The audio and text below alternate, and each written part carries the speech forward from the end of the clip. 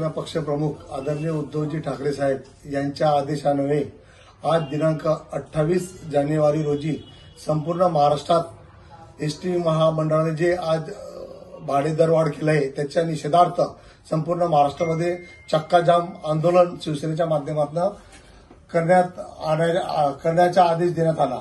त्या अनुषंगाने नंदुरबार जिल्ह्यामध्ये शिवसेनेच्या वतीने आज आम्ही संपूर्ण डेपोजवळ नंदुरबार जिल्ह्यातील जेवढे डिपो आहेत तिथे शिवसेनेच्या वतीने चक्काजाम आंदोलन करण्यात आले आणि जे राज्य शासनाने 15% भाडेवाढ केलं आहे ते त्वरित रद्द करावे, अन्यथा अजून तीव्र स्वरूपात आंदोलन नंदुरबार जिल्हा शिवसेनेच्या वतीने करण्यात येईल।